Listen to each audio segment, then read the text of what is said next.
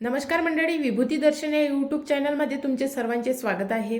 जीवनामध्ये जर सुख आणि समृद्धी पाहिजे असेल, घरामध्ये शांती पाहिजे असेल आणि धनाची कोणतीही कमतरता नसावी, यासाठी मार्गशीर्ष महिन्यामध्ये जे गुरुवार येतात ते अवश्य करावे. आणि गुरुवारचे व्रत कसे करावे, मार्गशीर्ष महिन्यामध्ये असे कोणते पदार्थ आहे जे वर्ज्य करावे. मार्गशीर्ष महिन्यामध्ये ज्यावेळी आपण महालक्ष्मीचे उपवास करतो त्यावेळी असे काही पदार्थ आहे जे अवश्य वर्ज्य करावे, जेणेकरून महालक्ष्मीचा आशीर्वाद आपल्याला लवकरात लवकर प्राप्त होईल आणि आपल्या घरामध्ये सुख, शांती, समृद्धी तसेच आपल्या जेवढ्याही इच्छा असेल त्या पूर्ण करण्यासाठी महालक्ष्मीचे गुरुवारचे, मार्गशीर्ष महिन्यातील गुरुवारचे व्रत अवश्य करावे. आणि काही उपाय आहे जे गुरुवारी अवश्य केले पाहिजे. जास्त वेळ न करता व्हिडिओला सुरुवात करू. त्यापूर्वी जर तुम्ही चॅनलवर नवीन आहात तर चॅनलला सबस्क्राईब करा आणि बेल आयकॉनला प्रेस करून व्हिडिओ, जर तुम्हाला काही प्रश्न असेल तर कमेंट्स करून विचारा आणि व्हिडिओला लाईक करा. चला तर व्हिडिओला सुरुवात करू. मार्गशीर्ष महिन्यामध्ये गुरुवार करायचे आहे, मग कोणते पदार्थ आपण वर्ज्य करावे? तर मार्गशीर्ष महिन्यामध्ये आंबट पदार्थ जे आहे, जसे लिंबू, संत्रा, चिंच यापैकी कोणतेही आंबट पदार्थ आहे, विशेष करून आवळा मार्गशीर्ष महिन्यामध्ये खाऊ नये.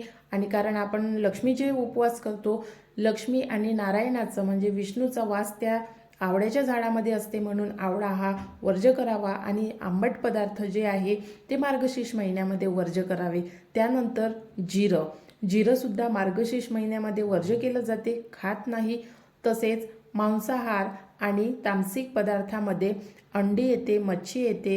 हे जे पदार्थ आहे हे तामसिक पदार्थ आहे आणि हे पदार्थ मार्गशीर्ष महिन्यामध्ये वर्ज्य करावे. आणि जर तुम्ही व्हेजिटेरियन असाल तर काही हरकत नाही, आणि जर तुम्हाला नॉनव्हेज खायची सवय असेल तर मग तुम्हाला मार्गशीर्ष महिन्यामध्ये हे जे पदार्थ आहे ते वर्ज्य करावे लागेल. मार्गशीर्ष महिना संपल्यानंतर हे पदार्थ तुम्ही खाऊ शकता, पण मार्गशीर्ष महिन्याचे जर तुम्ही उपवास करत आहात तर हे पदार्थ अजिबात खाऊ नये. कारण महालक्ष्मीला प्रसन्न करण्यासाठी काही नियम पाळले जातात आणि त्यामुळेच महालक्ष्मी प्रसन्न होते. जर तुम्ही नियम पाळले नाही आणि उपवास केला तर त्या उपवासाचे फळ तुम्हाला मिळणार नाही. म्हणून मार्गशीर्ष महिन्यामध्ये हे जे पदार्थ आहे ते वर्ज्य केले जातात आणि त्यानंतरच महालक्ष्मीच्या उपवासाला सुरुवात होते. जर मागचे व्हिडिओ तुम्ही बघितले नसेल तर नक्की बघा. आणि एका कथेमध्ये मार्गशीर्ष महिन्याची मी गुरुवारची कथासुद्धा सांगितलेली आहे आणि त्या कथेमध्ये तुम्हाला सांगितलेलं आहे, साक्षात महालक्ष्मीने सांगितलेलं आहे, एक स्त्री आपली जे तिची परिस्थिती आहे तर ती परिस्थिती दूर करण्यासाठी, गरिबी आहे, नवराजवळ नाही आहे, मुलं नाही आहे, तर तिची परिस्थिती दुरुस्त करण्यासाठी ती महालक्ष्मीचं व्रत करते आणि महालक्ष्मी तिला प्रसन्न होते. कारण महालक्ष्मीच्या सर्व नियमांचं ते पालन करते. जरी एखाद्या व्यक्तीची परिस्थिती नसेल तरी तुम्ही नियमांचं पालन करून सुद्धा महालक्ष्मीचं व्रत धारण करू शकता आणि महालक्ष्मीला प्रसन्न करू शकता. व्रत कसं करायचं आहे तर याचे व्हिडिओ मी आपल्या चॅनलवरती टाकलेलेच आहे, पण आजच्या व्हिडिओमध्ये व्रतासोबत काही गुरुवारचे उपायसुद्धा केले तर महालक्ष्मी आपल्याला प्रसन्न होईल आणि हे उपाय तुम्हाला आजच्या व्हिडिओमध्ये सांगणार आहे. पण त्याआधी हे माहीत असणे गरजेचे आहे की मार्गशीर्ष महिन्याची सुरुवात कधी आहे, म्हणजे मार्गशीर्ष महिना किती तारखेपासून सुरू होत आहे आणि कधी संपणार आहे. तसेच मार्गशीर्ष महिन्यामध्ये उद्यापन कोणत्या तारखेला, कोणत्या दिवशी करायचे आहे. मार्गशीर्ष महिन्याची सुरुवात ही 14 डिसेंबरपासून होत आहे आणि मार्गशीर्ष महिन्याचा शेवटचा गुरुवार हा 11 जानेवारीला आहे. 11 जानेवारीला मार्गशीर्ष अमावस्या आहे आणि त्यानंतर मार्गशीर्ष महिन्यातील जे गुरुवार आहे त्याची समाप्ती होते आणि मार्गशीर्ष महिन्याचा हा शेवटचा गुरुवार आहे. म्हणजे आपल्याला याच दिवशी उद्यापन सुद्धा करायचं आहे. या दिवशी अमावस्या सुद्धा आलेली आहे आणि ही मार्गशीर्ष अमावस्या आहे, म्हणून या दिवशी तुम्ही खूप जास्त, तुम्हाला जेवढी तुमची इच्छा असेल तेवढं दानपुण्य करू शकता. कारण मार्गशीर्ष महिन्यामध्ये केलेलं दानपुण्य, आणि आपल्या शास्त्रामध्ये सांगितलंच आहे की अमावस्येला दानपुण्य करावं. त्यामुळे अमावस्येच्या दिवशी तुम्ही आपल्याला पाहिजे त्या गोष्टी दान करू शकता तुमच्या इच्छेनुसार, आणि आपली आर्थिक परिस्थिती पाहून दान करावं. त्यामुळे तुम्हाला पुण्य लाभेल आणि महालक्ष्मीचा आशीर्वाद सुद्धा लाभेल. म्हणून जर उपवासाची सुरुवात करायची असेल तर आपल्याला 14 डिसेंबरपासून उपवासाची सुरुवात करायची आहे. पूजाविधी कशी आहे, काय आहे, मी याचे व्हिडिओ आपल्या चॅनलवरती टाकलेलेच आहे. 14 तारखेला उपवासाची सुरुवात करायची आहे आणि शेवट 11 जानेवारीला उपवासाचा शेवट आणि उद्यापन करायचे आहे. उद्यापना कसे करायचे आहे याचा सुद्धा मी व्हिडिओ टाकणार आहे. त्यामुळे उपाय कसे करायचे हे जाणून घेऊया. सर्वात आधी आपल्याला मार्गशीर्ष महिन्यामध्ये अशा काही वस्तू आहेत ज्या आपल्याला घरी आणायच्या आहे. कशासाठी तर मार्गशीर्ष महिन्यामध्ये धनप्राप्तीच्या उपायांसाठी. सर्वात पहिली वस्तू म्हणजे आपल्याला शंख आणायचा आहे. शंख हा दक्षिणावर्ती असावा आणि दक्षिणावर्ती शंखाचा उपाय आपल्याला करायचा आहे. मग तो शंख तुम्ही मोठ्या साईजमध्ये सुद्धा आणू शकता आणि छोट्या साईजमध्ये सुद्धा आणू शकता. जर तुम्ही तो मोठ्या साईजमध्ये आणला तर आपल्या घराच्या उत्तर दिशेला तो शंख ठेवावा. जिथे आपलं पूजाघर आहे तिथे ठेवला तरी चालेल. आणि मार्गशीर्ष महिन्यामध्ये या शंखाचा उपाय करायचा आहे. उपाय पुढे सांगणारच आहे. दुसरी वस्तू आहे श्रीयंत्र.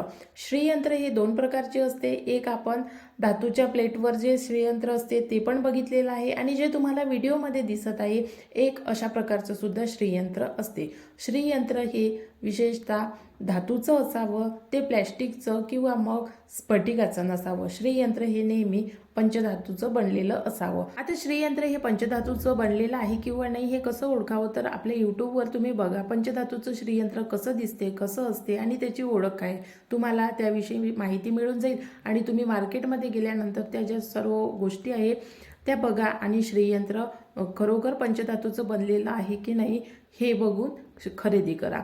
त्यानंतरची जी वस्तू आहे ती आहे शालिग्राम. शालिग्राम हा जो दगड आहे, आपण मागच्या व्हिडिओमध्ये सुद्धा शालिग्रामविषयी माहिती बघितलेली आहे.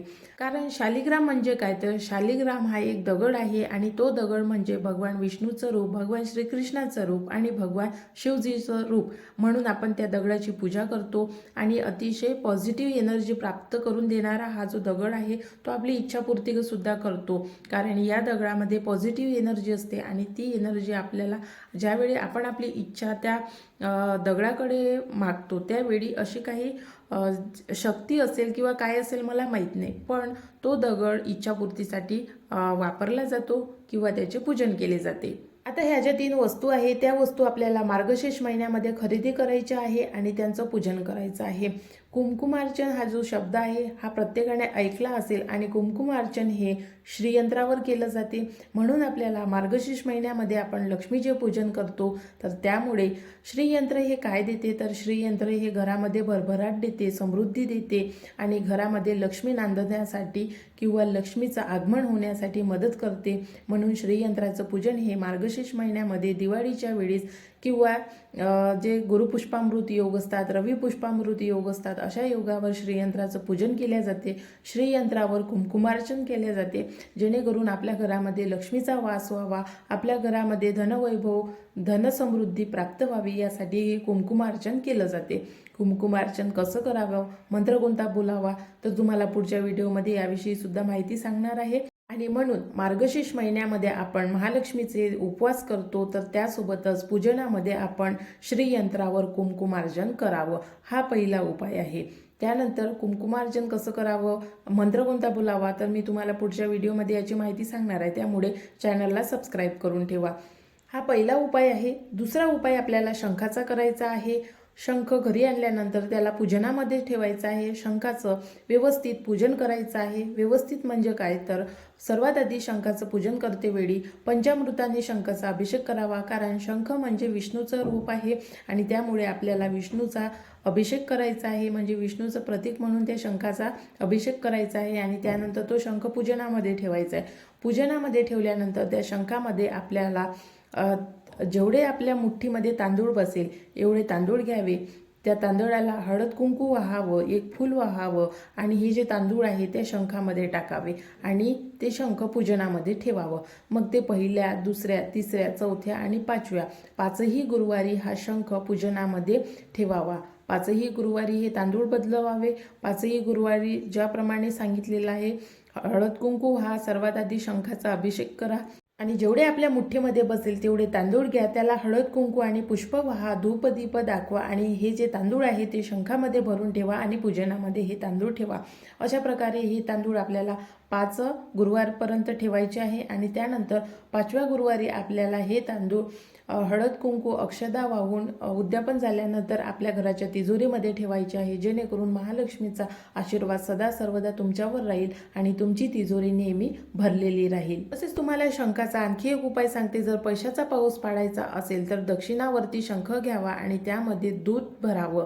कच्चं दूध असायला हवं आणि ताजं दूध असायला हवं आणि या दुधाने भगवान विष्णूचा अभिषेक करावा. आणि भगवान विष्णूचा अभिषेक कधी करावा, तर ब्रह्ममुहूर्तावर भगवान विष्णूचा अभिषेक केल्यामुळे तुम्हाला तुमच्यावर असं म्हणतात की पैशाचा पाऊस पडतो. म्हणजे तुम्हाला पैशाचा पाऊस म्हणजे खरोखरचा पाऊस पैशाचा पडत नसतो, पण जेही पैशाचे येणारे जे मार्ग आहेत, ज्या मार्गाने आपल्या घरामध्ये पैसा येतो, ते जे मार्ग आहे ते सर्व खुले होतात आणि पैसे घरामध्ये येण्यास कोणत्याही प्रकारची अडचण होत नाही. म्हणून याला पैशाचा पाऊस पाडणे म्हणतात.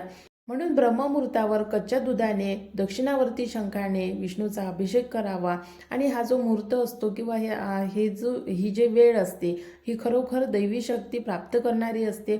जर तुम्ही या वेळेमध्ये जर रोज उठत असाल आणि ध्यान साधना वगैरे करत असाल, ब्रह्ममुहूर्ताचं जे विधान आहे आपल्या हिंदू धर्मामध्ये, आपल्या हिंदू संस्कृतीमध्ये खूप जास्त आहे.